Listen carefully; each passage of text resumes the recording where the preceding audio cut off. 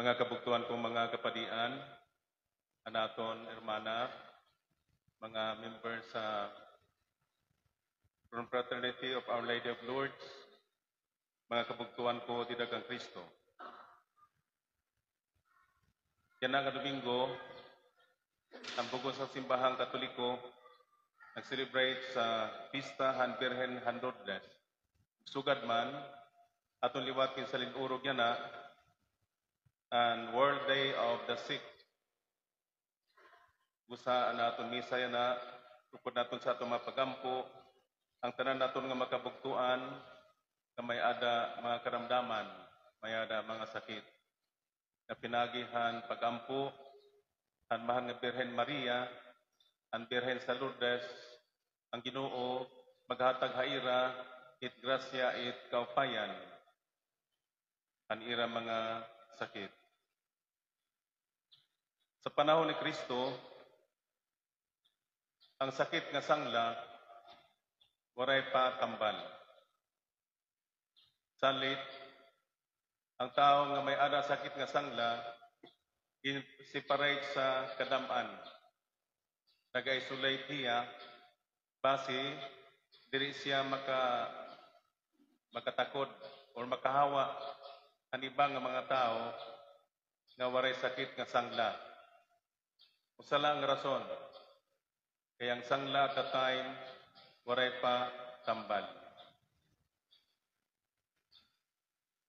Yan ang panahon, ang tao nga may sangla, diri na problema, kami ada na tambal.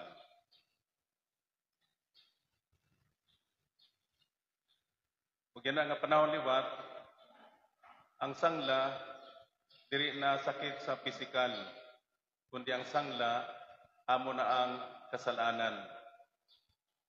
Nga kung ang tao makasala, naruba ang iya relasyon, ang iya ikasitao. Ang tao nga nagkasala, naruba ang iya relasyon ngadtuhan Ginoo. Aton may kini-experience, di ba mga mag-anyaw,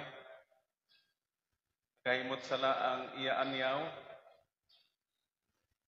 harani manhira, hakada usa, pero harayo ang kasing-kasing ang ira relasyon. Di nagimikan, bisan mayada mga birthday celebration, dirigin imbita, harayo hakada usa. Ang sala, nag-isolate haaton hakada usa. Amo na ini ang sangla ato nga panahon ni Kristo.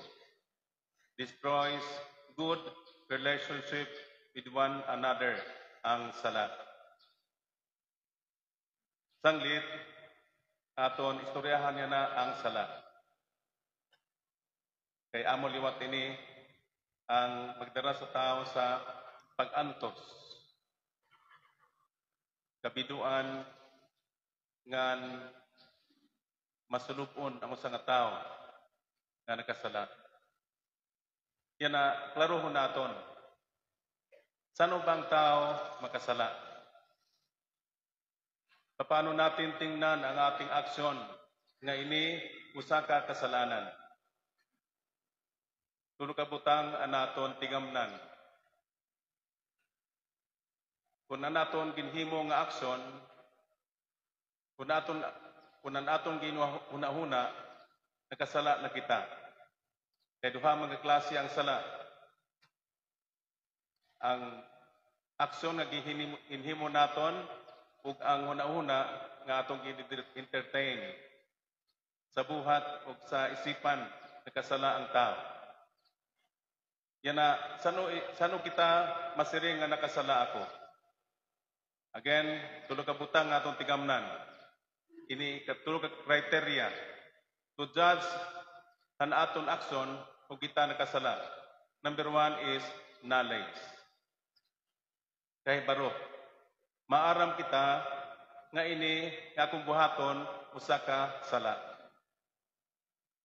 Dapat may knowledge. Ikaduha, dapat may intention. Gintuyo mo nga buhaton ini. Bisan sa kasala, bisan ginadirihan Ginoo, gintuyo mo. Ikatulo, malaya ka. Voluntary. Waray nagpirit ha imo. So, pinagi niya tulo nga butang, kriteria ini sa pag-judge na aton action kung kita nakasala. Number 1 is, anong number 1? Knowledge.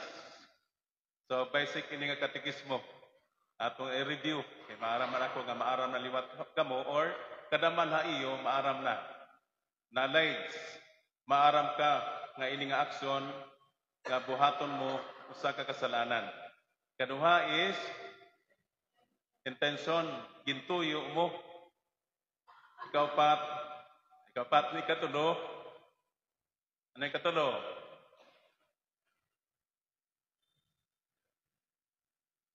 Gawas nun ka, malaya ka, voluntary.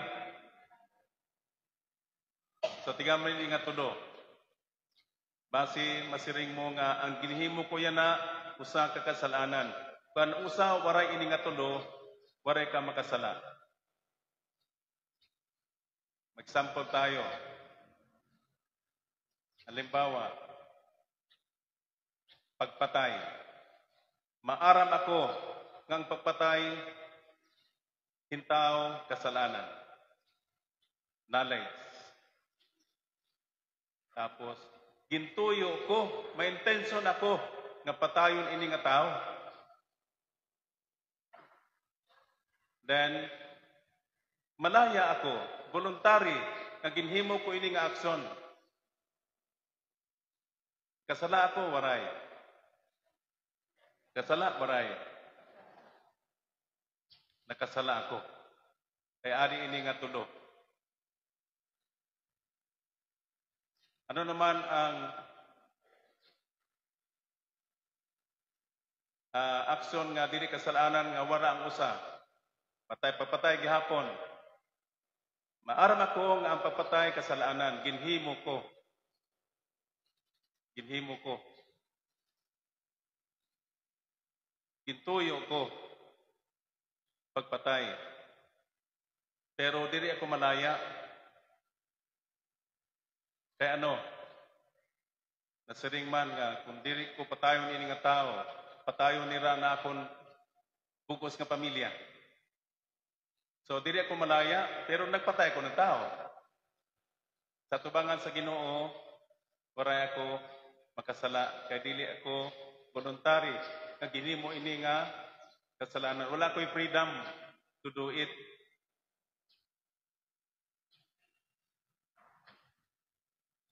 Sa sample, pagpanlibak, pagruba, it maupay nga pangalan na nato ikasitao. Maram ako nga pagpanlibak, kasalanan, nanlibak ako. Ituyo ko ang pagpanlibak. May intention. Malaya ako nga manglibak. So therefore, ginlibak ko si Juan de la Cruz, ginruba ko ang iyang pangalan sa harapan ng mga tao, nagkasala ako. Kay sunod ini nga tulo. Okay. Yan na, gituto liwat sa simbahan, inin gitawag na 7 capital sins. 7 ka kapital nga sala. Kay ano? Pinagi ng 7 ka capital sins, di na magtikang ang damo pa nga mga kasalanan nga mahimoy tao.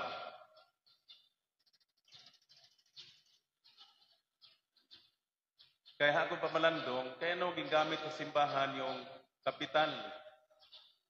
Kaya wala na diretso nga 7 kasala. Ang gamit ng simbahan sa katekismo is 7 capital sins. Kay pinaagi hining 7 ka kapital nga sala, diyan nagtikang ang damo pa nga mga sala nga pagahimuon sa tao. Ano man ang 7 capital sins? Number 1 is pride. Di ba? Nakasala si Adan ug sa Eva tungod sa pride.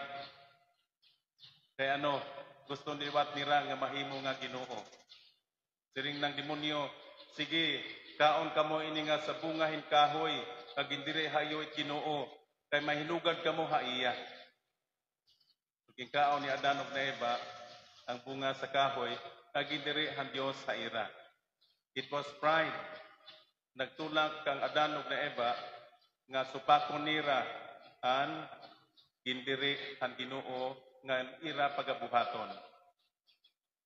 Di ba ang pride? From pride, damo pa nahimo nga mga sala ang tao. Tungod sa pride, nagbinuwa. Tungod sa pride, nag-andamit damo sa pagkaon sa patron, nangungutang.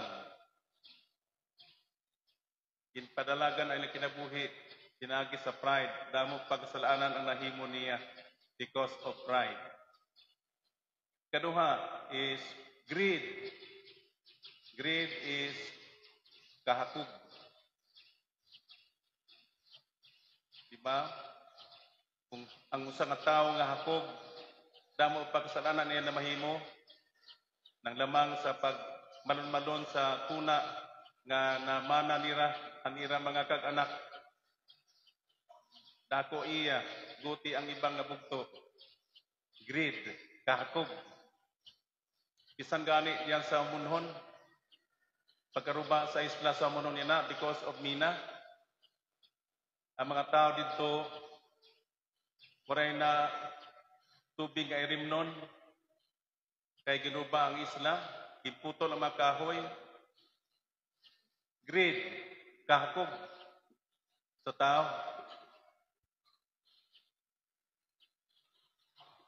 Piktado ang pagkabuhi sa mga tao, pero kinhimo gyapon ang mina. Until now, ada ang mina mining operation sa Giwan, sa Munhon. May dapat renewal of permit din sa Manikani. Magkabugtuan, maaram ako nga may daniwat mga tao din sa Giwan nga nagtrabaho dito. Pero we have to look forward nga ano na ang ukyan sa mga taga-Munhon kung ruba na ang isla. Isang tubig, deprive sila. Di ba dako ito nga kasalanan tungod sa kahakog? Ang tao nag-antos. Nang lamang na sila sa mga tao na naupoy sa usa nga isla. Isa pa sa mga disaster nga manghitabo din sa island of Samar kung may ada na mining operation din sa mainland. Kaya ang Samar Island, damo ang minerals. Dili lang pagkabuhi ng basic needs sa tao. Kaya ang water, human right iton. Pagkaon, human right iton. Katungod sa tao nga mukaon ug moinom. So di naton tanggalon ang tubig. Di naton tanggalon ang pagkaon. Basi ang tao, nabuhi. Aside from that, climate change is real. Ikapasok na gud ang panahon. Isang gani yan na, Pebrero na. Di ba supposedly summertime na kunta din sa aton, na-extend na ang nagbag-o na ang tagom. Dili na sa December, dili na sa January, adi na sa February. Climate change is real. Nagbago ang panahon tungod sa pagkaruba sa kalikupan. Tungod sa kahakog sa tao. Katulo is envy. Kaawa sa atong sa waray-waray pa. Sa Tagalog is inggit. Ang inggit pa naman ay makuri tambalan. Kaya ang inggit, ari man sila ron. Minsan ang iba, hindi nila alam na naiinggit na pala sila. Sampol. Nagpapintura ang kabilang bahay. Sabi ng asawa, sige, magpapintura liwag kita sa bahay natin. Nanay, wala man kita kwarta. Mangutang kita. Kaya nagpapintura sila. May bagong sarakyan ang kapitbahay. Sining ng bana, mapalit kita, liwag kita sa sarakyan. Kaya ano? Kaya anda sila sa sarakyan. Kung ay makita kwarta, mangutang kita. Or mangawat kita. Mangutang, mangawat. Or may kapitbahay na yumayaman na kaya nagsisikap, maduruto, maaram gumamit sa ng income, nainggit ang kapitbahay, sinisiraan ang kapitbahay. Ipagkaraot tungod sa inggit. One of the 7 capital sins, ang inggit. Kusa, sabi, huwag na kitang inggitin. Mas malipay kita kung ibang tao umunlad ang kabuhayan. Mas masaya kita pag ibang tao is blessed by the Lord para ma-overcome natin ang natin inggit. Ikaw is anger. Anger is, ano sa bari-bareng anger? Ano sa anger? Anong bari-bareng sa anger? Ha? Kaisog. Kasuko sa Cebuano pa.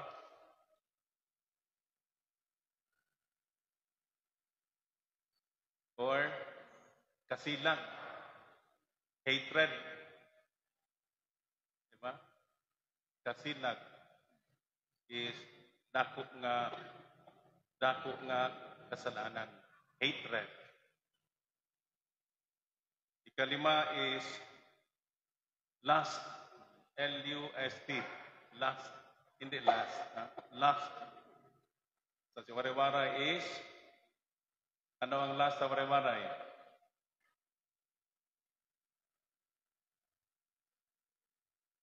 Kaulag. Sa ini sa 7 capital sin. Ikaw is gluttony. Yung bisan di na kinahanglan sa lawas, sige lang gihapon, nagsuka-suka na, inom lang gihapon, suka-suka na, kaon lang gihapon. Sobra-sobra na, kuha lang gihapon. Gluttony.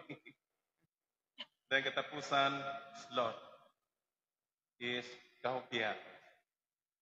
Ang pagkahupya is kasalanan.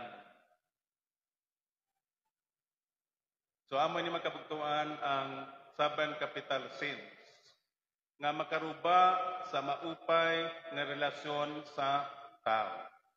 Ug ini nga 7 capital sins damo pa nga makasalaanan na mahimo sa tao, tikang ini nga 7. Kinanglan tambalon base may balik ang maupay nga relasyon.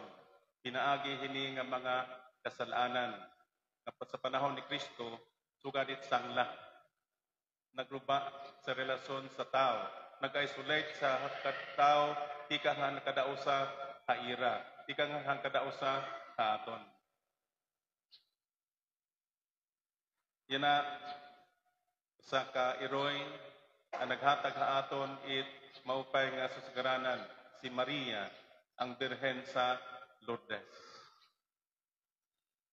Nagpuyo sa usa ka putli nga kinabuhi. Birhen nagsunod sa plano ug kaburuton sa Ginoo. Siya anaton susgaranan. Sa ibang napapakita ni Maria, labi na dito sa Fatima, isa sa mga ipinumdum niya nga mabaya ang tao sa sala. Kaya nakita niya nga damo na ang naimpirno kay ang tao nauripon sa sala. Ang tao dili na maaram mag-ampo. The same nga mensahe nga gipaabot ni Maria haaton. Si Maria nga napakita dito sa Lourdes, France. Ngayon ang adlaw aton siya ginpasidunggan. Isalin urog naton aniya kapistahan. Nakunta ang tao mabaya ini nga diri magpauripon ini nga mga sala. Base diri ma-isolate ang naton relasyon ha kadausa. Diri kita ma-isolate sa Ginoo Magukoy kita sa usa ka makahuluganon ngan malipayon nga kinabuhi.